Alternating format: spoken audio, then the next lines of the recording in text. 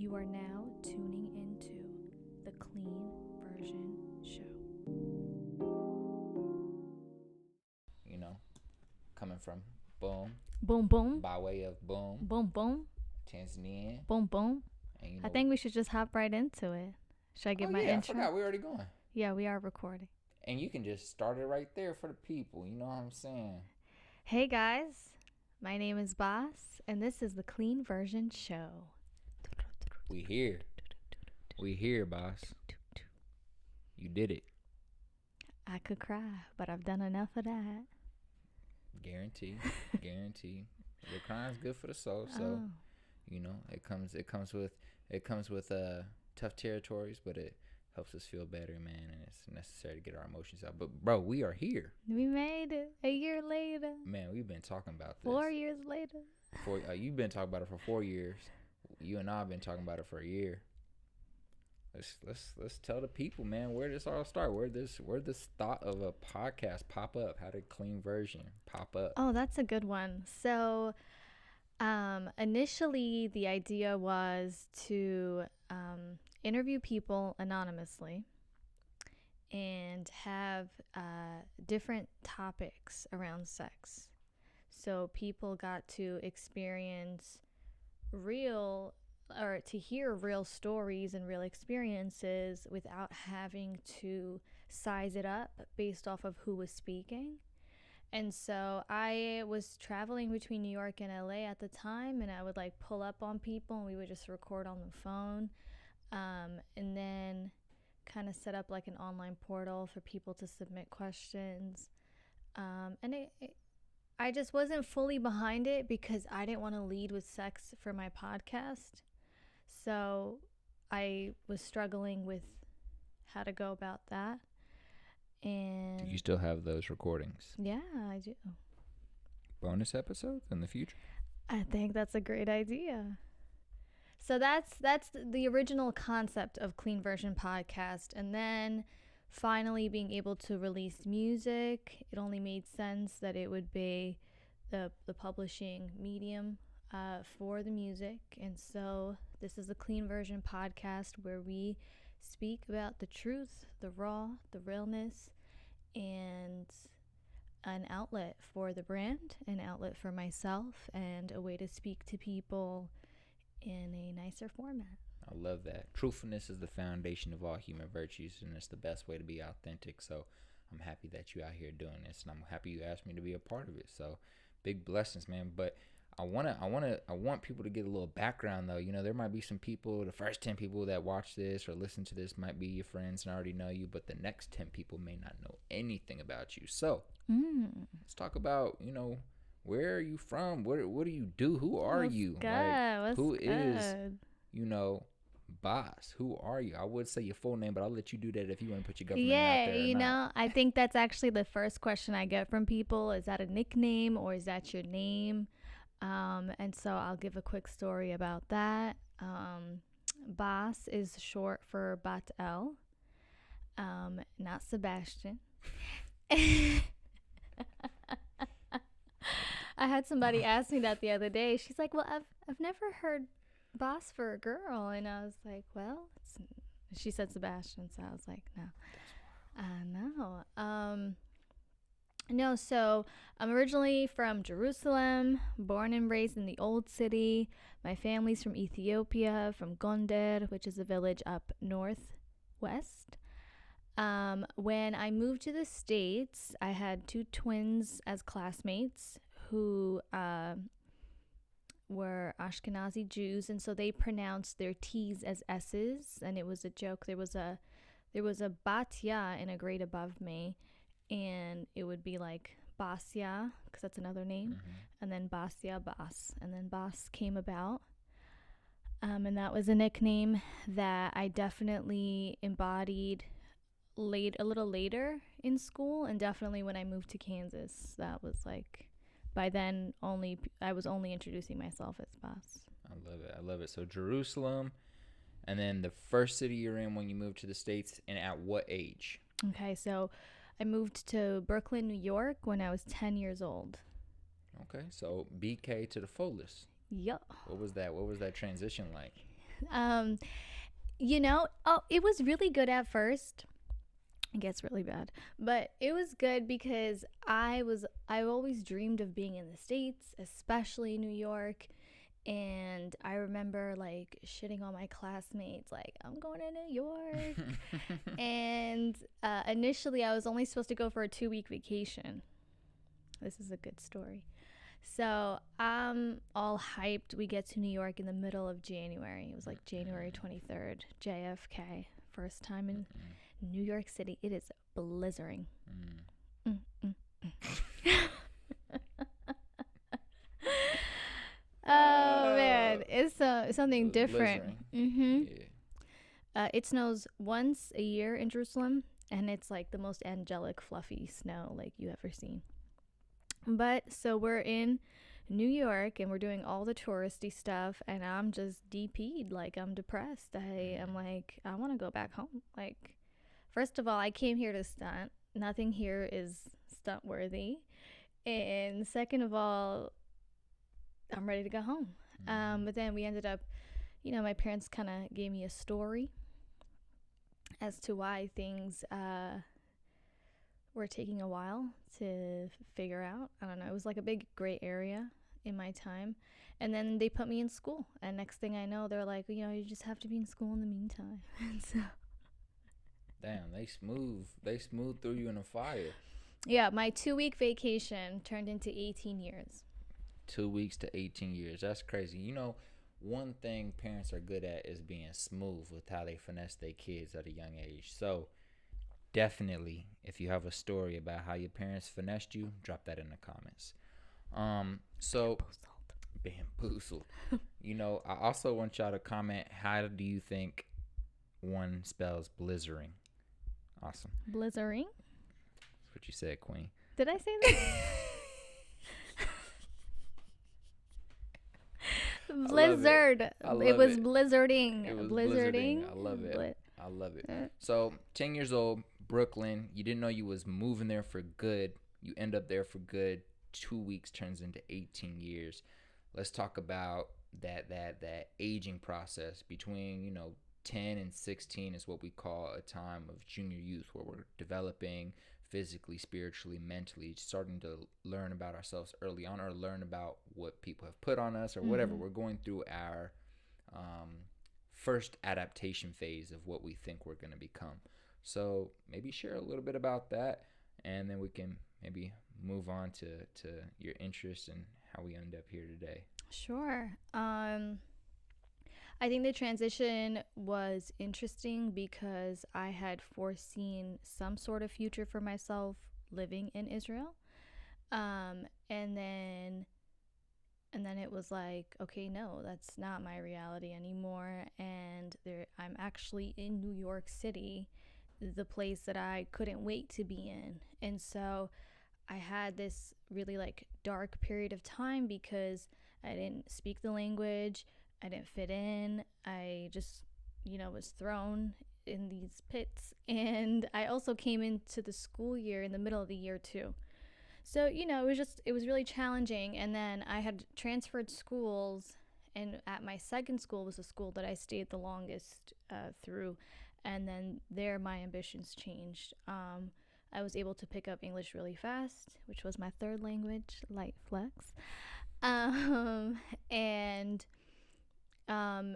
became involved in extracurriculars. Thought I'd be an alumni of that school and maybe teach there, So I became really involved with the community and the people that were in Brooklyn. And so there was that. And then there was this aspect of now that the big apple and the dream and the opportunities that you can have being in America, and specifically being in New York. It was like, yes, I'm in New York, and yes, I'm in Brooklyn, but there's more.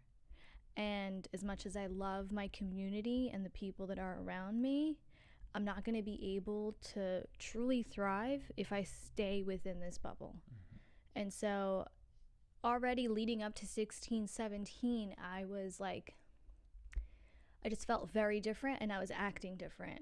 And I would like even skip school to go to the city and just like hang out in St. Mark's, and like just to see more, because Of course. there was more. I was So living much in more in a city like that. Yeah. yeah, and to be sheltered and hanging out with the same people at all times was not going to give me any type of exposure. Mm-hmm. And, I'll fast forward to a funny time here in Kansas where I remember walking down the hallway. I've shared this story with you before. And I had like a freak reaction to something that somebody said, and she turned around and she was like, "Get cultured." And I'm like, "Me?" Like, I didn't respond. I froze. But thinking back to it, I was like, "Me, May? Like, I need to get cultured? I thought I was cultured." And so, for as much as you know is as much as you don't know, at the Mm-hmm. very least. And so, yeah, that I think that kind of speaks to like my ever going and growing desire to learn more and to seek more, and understanding that there is more, not in a lackluster way, but in like a beautiful way. Mm-hmm. Of course. Yeah, and within that story, you shared the term ambitions. So I kind of wanted to use that as a segue to talk about how your ambitions and Clean Version and Onet Boss and how all in Boss and Jerusalem and New York and your experiences there all got mixed into a mixing pot, and what that created, and like what that turned into for you today right now. Mm. Um. So the essence of Clean Version speaks a lot to me as a woman, as um, a spiritual being, someone that's experienced things metaphysically. Um, and so I'm being a little vague. I'll come back to this. But, and then in turn, Onet Baz also speaks to me, but in a way of a reminder. Actually, Nati asked me recently, he's like, "How did you come up with Onete Bas?" And I was like, I was like, I had a lot of names. I went through a lot of names. And I think there were two things that were really important in deciding the name. One, I cannot get sick of this name. Mm. Can't. Has to last forever. And for the audience, by the way, this name, is this a name that you use uh, in specifically in music, specifically in art, or like explain like how are you using this? Is this what your friends call you? Like, what is where are you using this name? Just before you jump into continuing down the story, just so the audience knows. Yeah. Yeah. So the brand is Onet Bas. My brother calls it Onete. Um, Honnête means honest in French, and Bas is my name, as you may know. I use it for my website, all of my social media platforms. It is the brand name, and it is essentially the mother company to all of the sub companies and things that I do. Awesome. I love it. All right, back to what you were All saying. So. good. Yeah. Um, so in a way, my brand is also a way for me to hold myself accountable. Um, in my personal experience, and this is the way that I lead a lot of like the artist features we do online and such. Honesty gave me the utmost feeling of freedom, and so I kind of took a vow to myself to remain honest through my work and through anything that I do. So even if I fuck up and I'm not being real with myself in real life, I know for certain that I'm reminded of what's important to me through the baby that I birthed, which is Onet Bas. So, I love it. I love it. And can you talk about maybe a few times that you've like felt challenged or struggled with being completely transparent or authentic in your work in any of the lanes or talent you have, whether that's painting, drawing, singing, fashion, design. So in any of those lanes that you cover and you have a foot in, can you talk about a time or an experience where you really felt this internal fight where you're like, like I want to be transparent, I want to be honest about this, I want to be out there in the world about this, but you felt like some obstacle in the way Yeah. internally? Excuse me. I definitely felt some friction when it came to music. Mm-hmm. I had tried working on music for years and was not able to get a record off the ground. And that felt so defeating because, with the way that we rolled out everything, which we'll cover, it was kind of set up for that to be the finale. And it felt like the longest, whatever you do leading up to a finale. Longest build up, right? Yeah, it was a long build up before I had to take matters into my own hands. And so it was challenging for me as well because when I had the idea of my first EP, which would be Clean Version, and I already had names for songs that I didn't even write. I had some like poems that I was gonna transpose. That's a word. And um, and I realized that well, it was difficult, so I was not able to bring it to life. And through that, I realized that I was too hyper focused on the like end result, the message before I even created it. And then I had like a real emotional evening, and I remember watching all of my videos, and I kind of like cried, and I was thinking to myself like, oh my god, like you're so serious, like everything's so serious. And I felt like, with having a professional outlook, or a projection, which would be an awful word in this case, um, there was a sense of privacy where I didn't let people see how fun I am and how funny I am and how much I like to have fun. But I always would keep this like very serious and pristine image. And I think that that took away from life in my work, because people felt the pain when they saw the paintings. People, like, really, I had people cry to me, and it's amazing that people can connect to your work like that. But when it came to the work that I felt was going to finally be my voice, I felt like I was choking because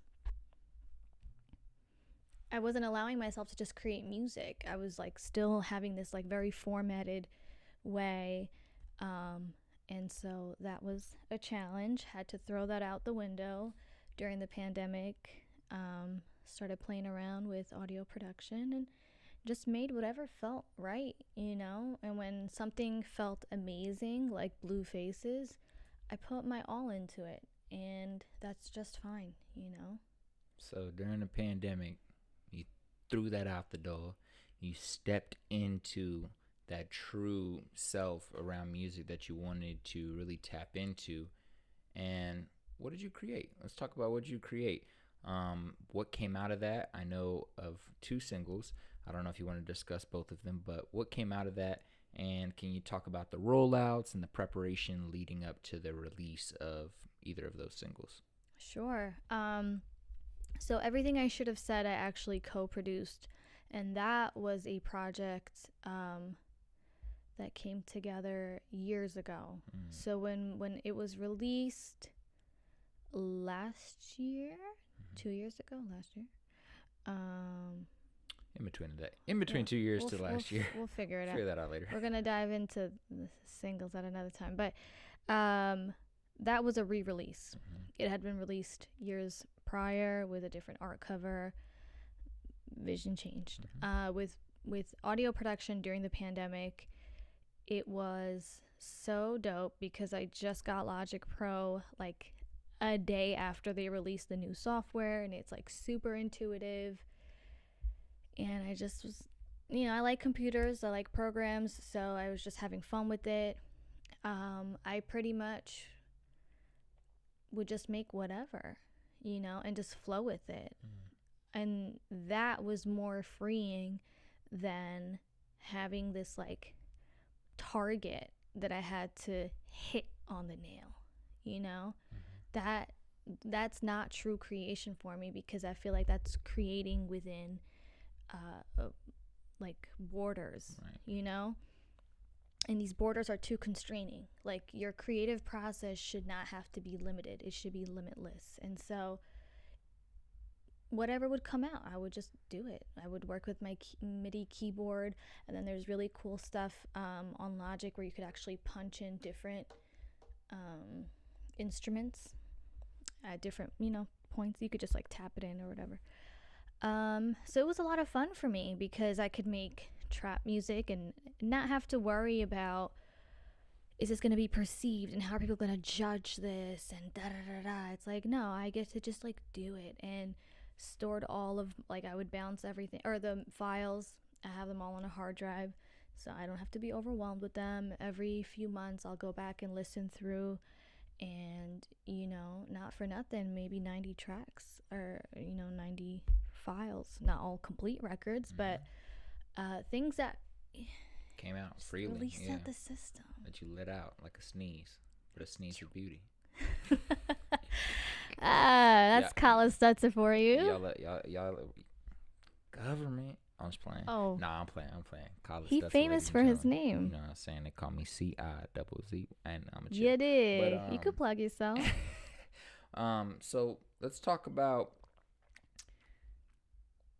you've explained to me before, and you've kind of touched on it throughout the beginning of this podcast, but I want you to really dive a little bit deeper about what clean version is. You've explained a few different, I guess you could say, iterations of what you think or what you feel clean version is to you. Mm-hmm. And I feel like that probably can always change a little bit, not completely, but can like, for example, if you're thinking about how you approach a brand, start there. If you think about how you approach a brand and your feeling about that brand and the story around that brand has to remain at the end of the day similar, but but it comes, have to burp, y'all. Sorry. Hey, You ain't hear it though. You ain't hear it, but you seen it. But I apologize. nah, it's all good. Either way, talk about clean version a little bit more in depth about what it means to you, and the fashion around it. You have a few different designs, merch that's came out around that concept. So can we jump into that a little bit, especially the fashion side, because we haven't touched on that yet. So with that being said, let me backpedal a little. For sure.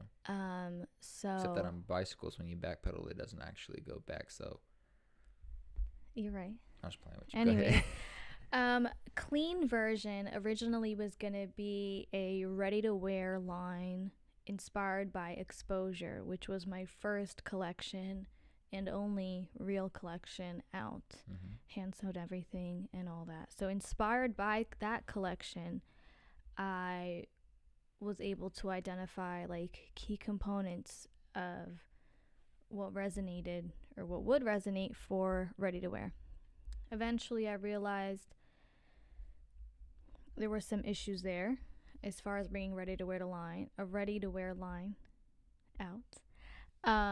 At this point I'm in Los Angeles after creating I created like a clean version pullover sample. And so I just kind of I kept on digging, and I finally came up with the concept, the famous image of the figure of the woman's body with the 3 eyes, 2 on the nipples and 1 on a cooch. And so when I was speaking to how I feel like clean version resonates with me as a woman, when I think of our birthing area, beautiful area, that is where life comes from, right? And when we speak about our third eye, right, that is the way that we're able to see the world way differently than this 3D. And so to me, there's parallels in that. There's strength in this third eye and first eye. And then the other layer of it is women's bodies being sexualized, and how it's kind of like a play on where men can't look you in the eye, they'll look at your chest first. And so, okay, well, if you're looking at my chest first, what if my nipples are looking right back at you? Makes you feel something, doesn't it? So I gotta think about that. think about that, because I think when men do that, they don't really care, right? And especially because your eyes are not there, so they're not being seen doing what they're doing. It's there's a word for it when you're being seen. I don't know the word, but we will find that word. Anyways, so for you to know that you are being acknowledged in what you're doing, there's a name for that. Anyways, so the official language that I put out is clean version is an ultimate state of being, having found both negative and positive to be experienced and accepted. It is about celebrating who you are wholly, embracing the freedom of thinking for yourself. And that is something that resonates with me through and through. Negative, positive is relative. So you choose how you take everything, And if it's negative, then it's negative, and you can take something from it and you can move on, Dark things don't have to have this negative connotation. There's beauty in darkness. And so I give a lot of respect to duality and to contrast and to things that help you gain perspective, because if you don't have one, you can't really see the other. Brightness can be so bright that you see darkness. Facts. You know what I'm saying? And then there was I think, I don't know okay, so like if something's really bright and you put sunglasses on, you're able to see something, right? But sunglasses are dark, they have tinted shades. So everything go together, low key. Everything works as one to create one. Exactly. And so to me, clean version is like an absolute, where negative, positive, positive, negative, either way, it all evens out. And clean version is that space where it's just even out. You're not objectified in one way or the other. There's like no scene extremes, because it's just what it is. Yeah. The truth, which is the opposite of what clean version means in the music industry. Facts. That's what I remember you sharing with me. Which is another layer. Yeah, which is another layer. Yeah, so I believe that if a record is created the way that it is, then that's just how it is. I think that we have... That's the true clean version, right? Yes. Yeah. Naming things as explicit perpetuates this thing that we have in society where it's like, that's okay, that's not okay.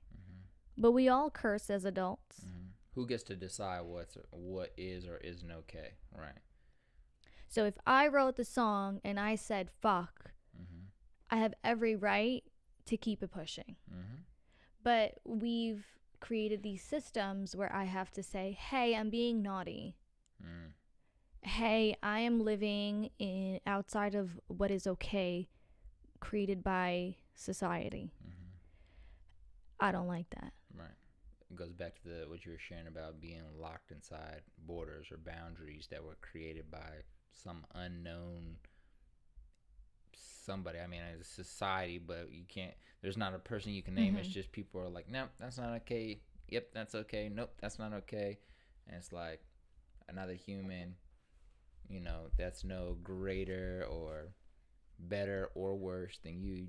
We're just human.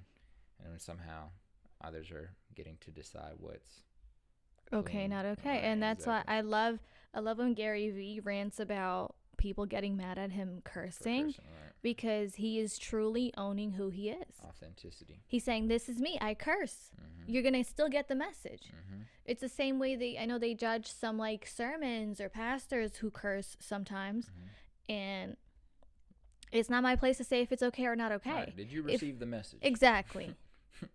And if you had blinders on and didn't want to receive the message due to your beliefs, that's cool.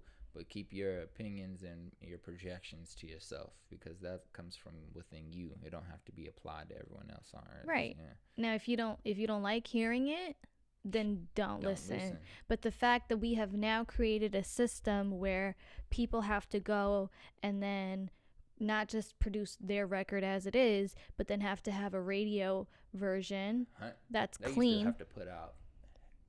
Artists used to be hustling to get mad radio edit versions. Go look up some interviews, y'all. Y'all go learn the game, learn the history. And that shit's painful. Right. Still happening, low key. It is. You say what? I mean, Blue Faces has one curse word and it's explicit. And I was like, what would happen if I didn't identify it as explicit? You know, they would take my shit down. We don't know. I didn't try it. Man, which is funny because it makes me think about my podcast. It's like, I don't really curse on my podcast, and nobody that comes on really curses. But I'm like, just in case, I don't know what they're going to do if I don't put explicit. So I'll just put explicit anyways. Because I'm like, so you got to, it's very interesting. You're having to confide to these rules that may not even apply to you in the first place, even though they're whack already. But may not even, I don't know if confide is the right word, but either way, may not apply to you in the first place. So it's very interesting.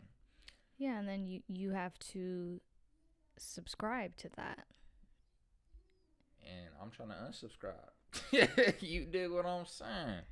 But what we looking, ladies and gentlemen, first off, I want to, she'll say thank you on her own time. But I just want to say thank you for y'all tapping in, man. If you listening right now via audio, via podcast, or whatever platform, thank you. If you're watching this on YouTube or Instagram or wherever you're watching this at, thank you. Just wanted to shout y'all out real quick. What we looking like on time? Yeah, thank you guys. You know what? Couldn't tell you, but we've been recording. Sounds good. Well, let's keep going. I still want to ask you a little bit more about the Blue Faces rollout. So if you're okay with it, if you're down with the time we're at right now, you're down to continue moving forward. I wanna be down with you. Oh damn, I can't do that on air. No, you good. Can't do that. No, you can't. Y'all seen that disrespect? Like y'all know. Because I was like, I was just gonna hit one line. You were ready to sing a whole song. I was about to go ham. But instead, we're going to go ham and talk about Blue Faces. So your new single is still new in my opinion. Yes. It's released 2021. Yeah. Beautiful year. 2021. Wow, it feels weird saying that. I don't never say that. And the end of May or the beginning of June? Spell Jaloon. Spell Jaloon. or the beginning of June. But yeah, let's talk about it. Okay, Blue Faces was released on my birthday. June 4th. Yikes. Let's have a moment of silence for that one. Okay, June 4th is my brother's birthday. I'm June 7th. So clearly he fucked with my bro. Yo, ladies and gentlemen, I really was so confident about that. I thought she was saying moment of silence just to say she proud of me for getting it right. And then she said, damn, that's embarrassing, but cool. Let's go. It's all right, baby. So Blue Faces dropped on my birthday. What you want to know? So let's talk about the rollout. Let's talk about the year before that. I know 6-7 months before that, when we first met, you were showing me some ideas you had around the bills, around the marketing for it. And then, a few months later, you started talking about outfits and ideas for outfits. Then you started talking about location. So can we, you don't have to give the whole breakdown if you want to, but if you want to fast track and just cover different phases of the rollout or the concept building, I guess you could say. Yeah, this would be good because we did the video on YouTube speaking about the project, and it was more about the recording process and not much about the creative, so we can definitely dive into that. The audio was produced August of last year, 2020. Yes. And then from August to October is when it fully came together. Yeah, because I remember I had my first mix with me when I was on my road trip and I was playing it, Mm-hmm. and I had was playing it when I was in Miami and then I made some changes to the song and then it was done. And for me, I as you know, I like to be creative and try something different and new. And as I was diving into this concept of me being Boss Franklin, me, a black woman, being the symbol of a founding father, or, sorry, laughing.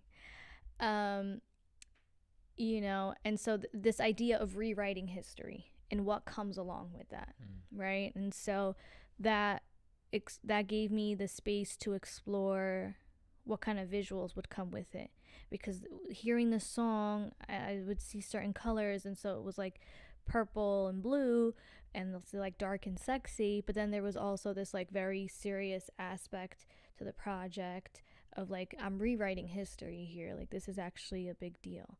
And even my friend T, she like was a big help in helping me recognize that. She's like, I don't think you understand what you're doing.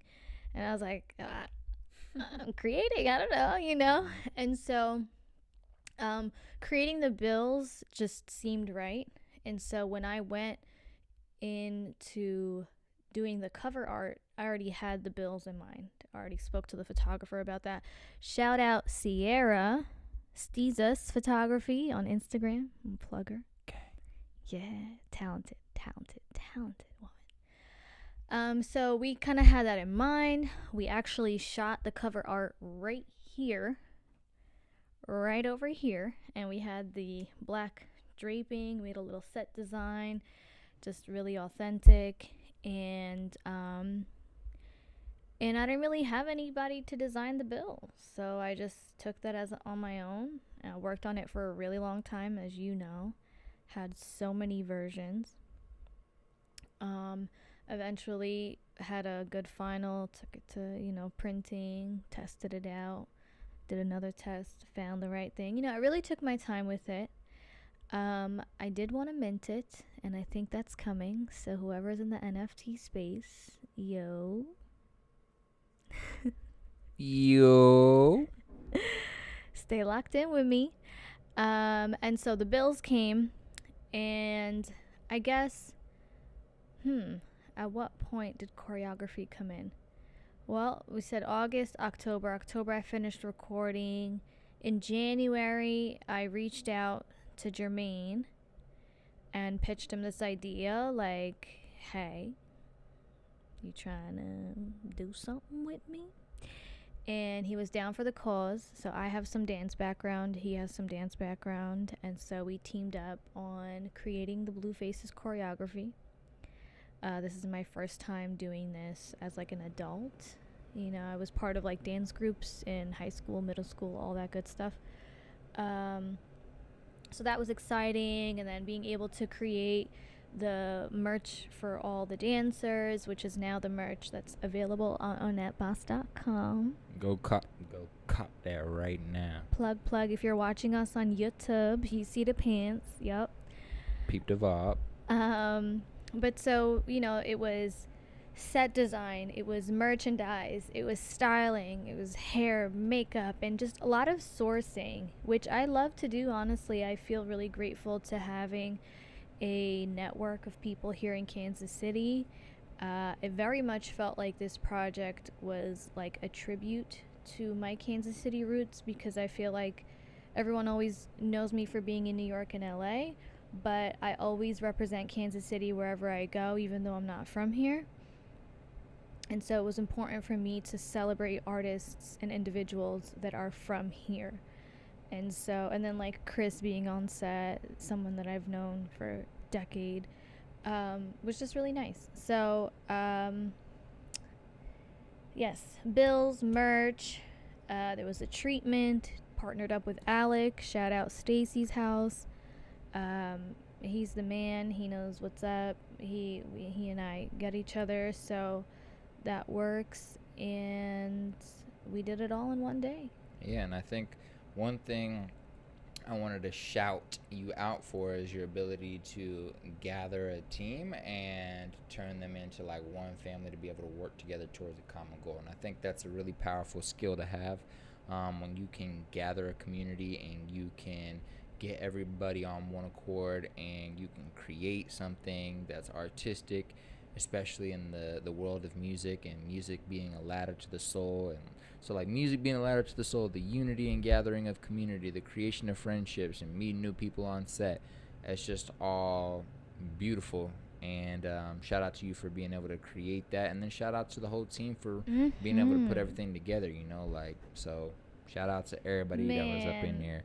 Could name everybody, but personally, I don't remember everybody that was in there. I can name everybody. Oh, she can name everybody. But more importantly, as outside of naming everyone, I think what really stood out for me was everyone's performance. Because reaching out to everyone, it's like, I try not to have expectations when it comes to this. For me, if you showed up, you already did a lot. And so I really, really value people who show up, because after that, anything can happen. And when I mean anything, I mean the most magical way, right? And that's exactly what happened, where like the makeup artist wasn't doing quick looks. She was like beating face. Shout out Alexis. You know what I mean? Chris, full on hair looks. I'm thinking to myself, why is shit taking so long? And then I see what we're working with, and I'm like, oh wow, and it's really humbling to have everyone really pour so much of themselves. So yes, thank you to me, but really I would thank you to everyone, including yourself, for not just showing up but showing out. And with that being said, Blue Faces is out now. You can stream it on all platforms: Spotify, Apple, Tidal, yeah, YouTube. You can see the video and the audio. Play all of them. What else? Tiki Tac. Tiki Tac. You can get the song and dance to it. Learn the choreo. Go back in her video history and you'll find out how to do the dance. Or you can just watch the music video 75,000 times. We're gonna work on a breakdown for everyone. Hell yeah! So keep an eye out for that. Yeah. So before we drop out of here today, I kind of wanted you to just drop the projects you've worked on in those different lanes. So we've talked about Blue Faces. We've talked about everything I should have said. We talked about the music world. So you guys know the projects there, but I want you to share the projects, that you did in regards to fashion, which you did share a little bit, but just touch on one more time. Mm-hmm. And then I wanted you to just touch on your art.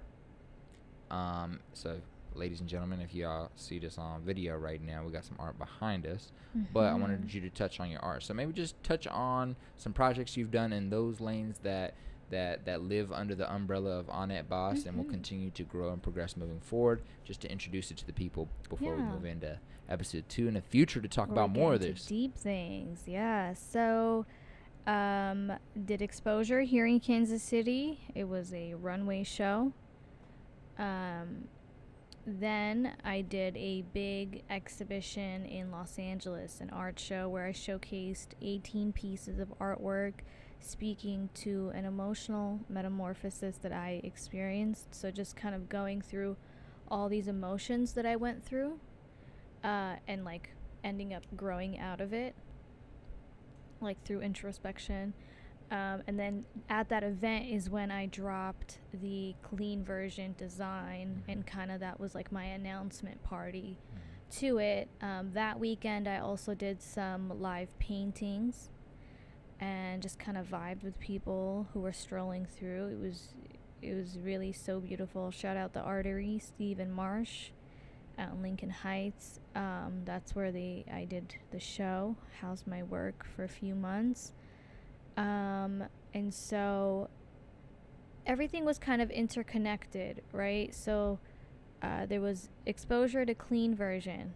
And when exposure came, when I got that opportunity to do runway, I had just abandoned like blogging and like, you know, being a fashion guru in another sense, right? And so that was the first time I got to use Onet Boss, and that was like a stamp for me, you know. It was on a flyer, everyone saw it, and I opened the show, so it was very exciting.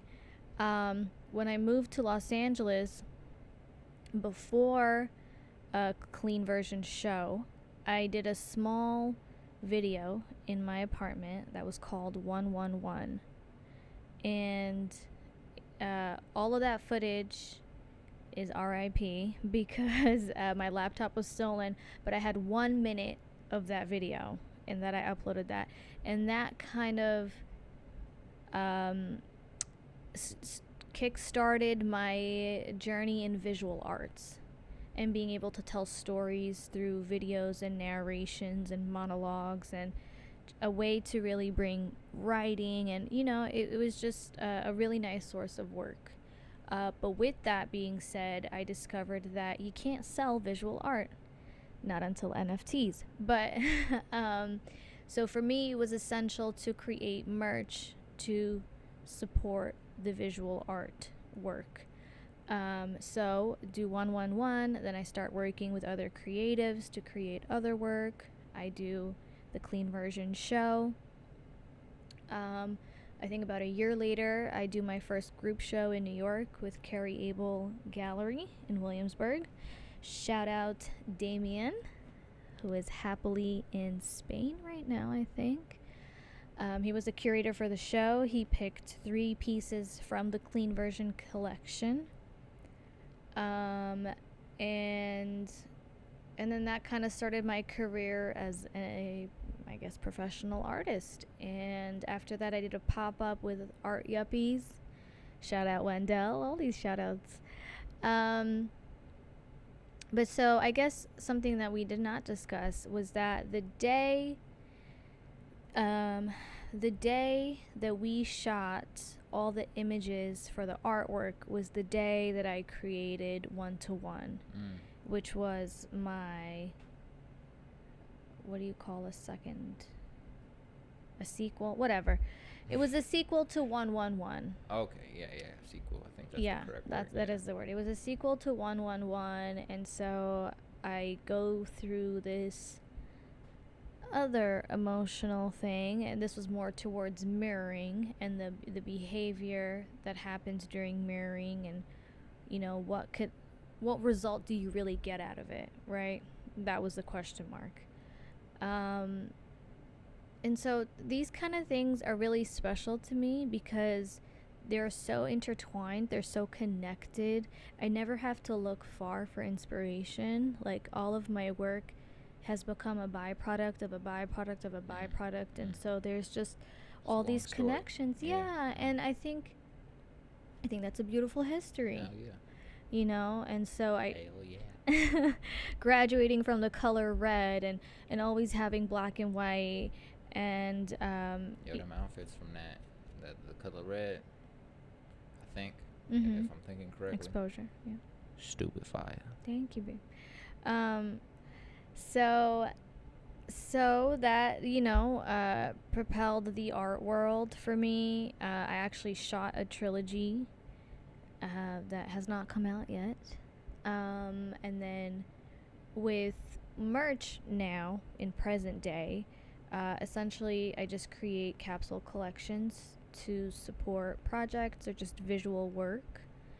So, you know, we have Dream Boss, Sky Boss, Clean Version, Rien 2, Blue Faces, Onet Boss. I think that's all right now. But if you want to double check, click the link in bio website. Yeah, you can shop the work. I love that. So you guys, if you're new to Boss, if you're new to Onet Boss, if you're new to Clean Version, if you're new to the world of this queen to the left of me, then now you have a long form quick update about, you know, who she is, what she does. And before we sign out today, can you share what the next few podcasts moving forward, what you plan on them looking like, Mm-hmm. what can guests in the audience expect, and then drop where they can find everything we just talked about, purchase, support, and show love. Yeah, definitely. So, thank you everyone for being here. Thank you, Collis, for being an amazing co host. Make sure you guys check honnetebas.com. That's HONNETEBAS.com for updates, mainly in archive. Definitely subscribe to our mailing list. We do not bombard you with irrelevant information. It is all beautiful, beautiful work. Obviously, social media, same name, Onet Boss. You can probably find my personal account through there if you'd like. What is ahead of us is we're still promoting Blue Faces. We still got some more merch on the way.